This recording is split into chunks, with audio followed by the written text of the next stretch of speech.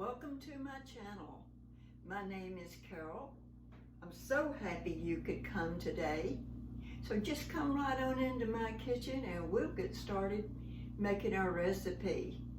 Now today we're going to do Frugal Willie Mae's Tasty Biscuits. I do have my oven preheating to 450, and while it is preheating, I'm going to assemble all the dry ingredients. In my sifter, I have already added 2 cups of flour. And to the 2 cups of flour, I'm going to add 2½ teaspoons of baking powder, 1 teaspoon of low sodium salt. Now you can use regular salt. And I'm going to sift these together. I use a crank type sifter because that's the way Mama did it. And it's always good if you're going to take her recipe, go ahead and do it the way she did it.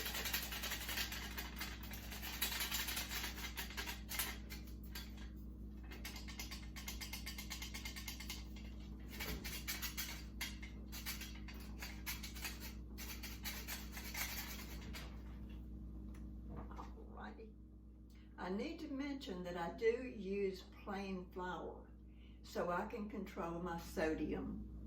Now to the dry ingredients, I am going to add the wet ingredients. The recipe calls for 1/3 cup of shortening, but I use 1/3 cup of cooking oil often, and that's what I'm using today.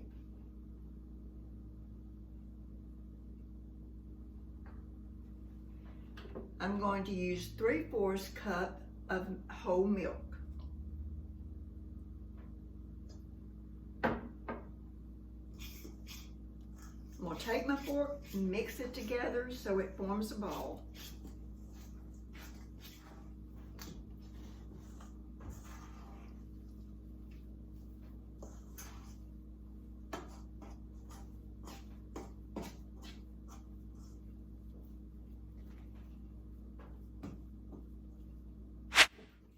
Now I'm going to take my flour that I have already added my low sodium salt and my baking powder in, and I'm just going to put some on the counter,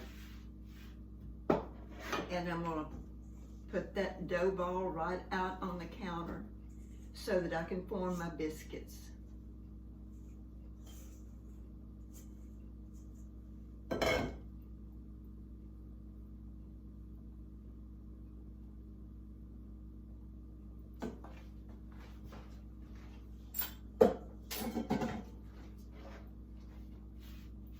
I'm going to knead the dough, and then we'll get it rolled out and I'll be able to cut the biscuits.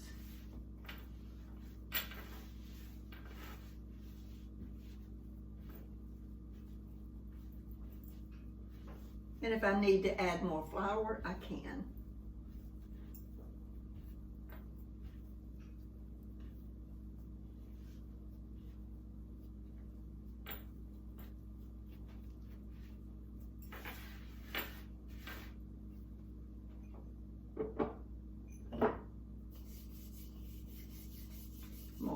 Put some on the rolling pin so that I can keep it from sticking, hopefully.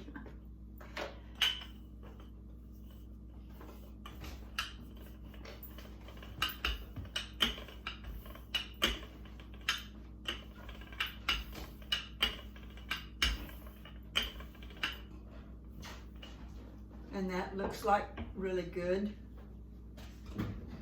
thickness. So I'm going to take my biscuit cutter and I'm going to cut the biscuits. I do have a choice of many different sizes. When I first started making the biscuits, I used a tuna fish can that had holes punched in it, and it worked at that time. Today, I don't eat that big a biscuit, but if you've got men in your family, or maybe you like that big biscuit like you get at the fast food places, you can use a tuna fish can. Several years ago, I bought different size cutters because I use it for different, cooking different things. And that one makes a big biscuit. It's not as large as the tuna can, but my preference is this one. It's smaller, but it's just perfect for what I like. Now the beauty part of these biscuits are that you can freeze the biscuits, and you just heat them up either in a microwave, or I use a toaster oven, and they're as good as fresh made. So let's get these cut and put on our cookie sheet, and we'll be good to go. Get my cookie sheet over here where I can load that up. I'll put some of the flour out there. And that's pretty good thickness because it's going to rise. I am going to make a couple of these larger biscuits just so you can see what it does and see how much larger that is. So whatever your preference, the smaller it is, the more biscuits you're going to be able to cook at one time.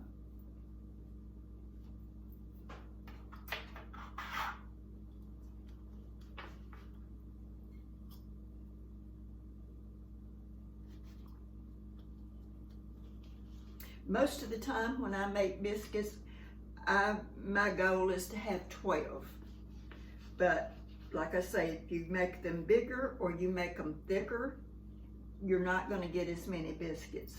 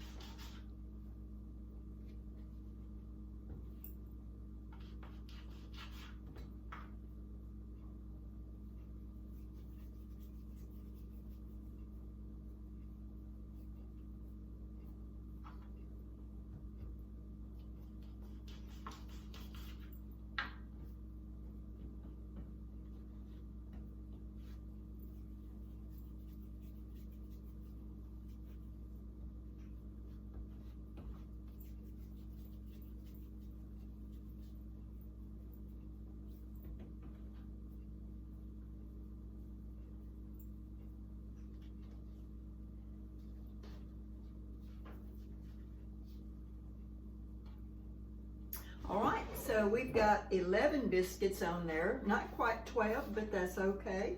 And I'm gonna put these in to bake for 15 minutes.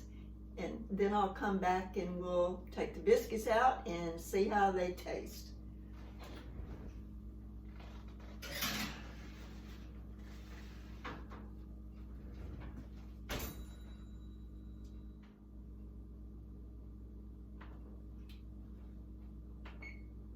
All right, we've got the timer set for 15 minutes. We'll come right back and we'll see how they taste.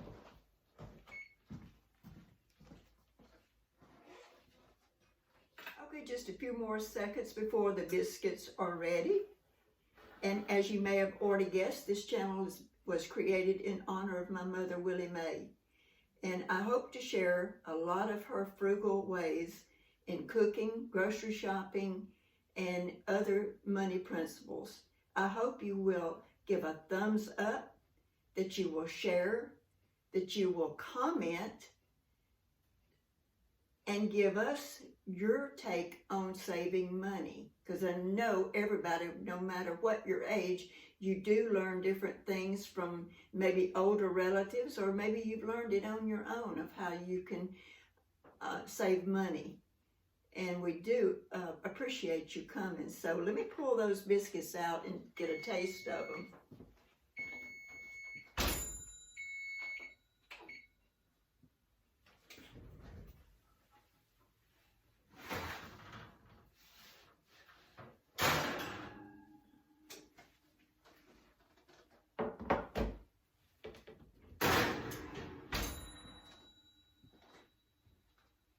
All right, so we've got those biscuits cooked. They are a little hot right now.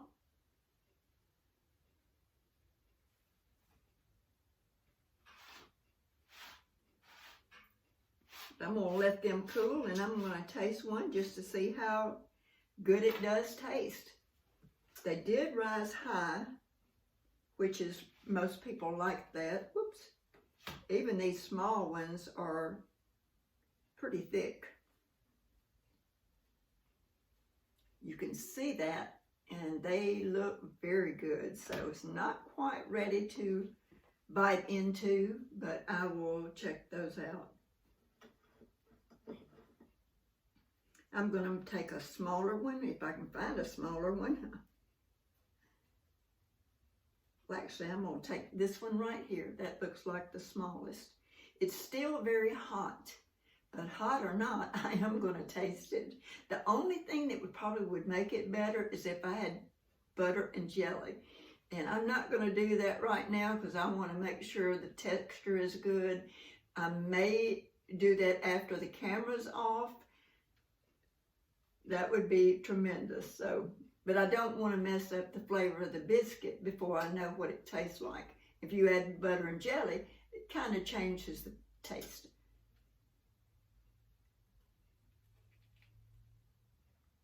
Oh man, they're flaky. They're just perfect. Texture is just what you want.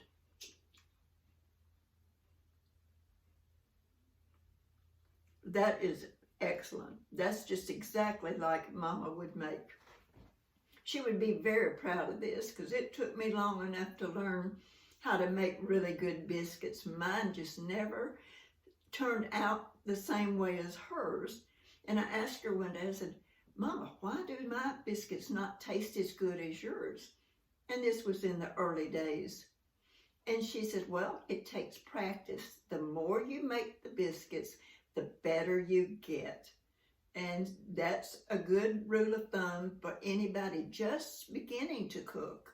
And I hope a lot of young people will come to this channel because you'll be able to learn so much.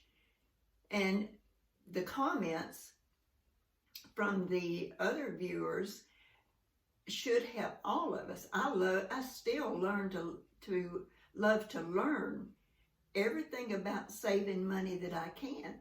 You never know it all. There's always somebody out there with a better idea. So I hope you do come back. And like I say, I hope you subscribe, you like, you comment, and you share. Do stay tuned for the tip of the day. The money-saving tip of the day is this. When you open a new package of flour, if you will sift it all into your storage container, either with this type of sifter or this type of sifter, whenever you use it in a recipe, for every 2 cups of flour you use, you're going to save 1/8 of a cup of flour. Over time, that is going to be a significant savings. I've been doing this for a while, so I know it does work for me. And I hope you try it, and I hope it does work well. Please give us a thumbs up, subscribe, comment, and share with all your family and friends. And if you like videos like this, please come back to see us every opportunity.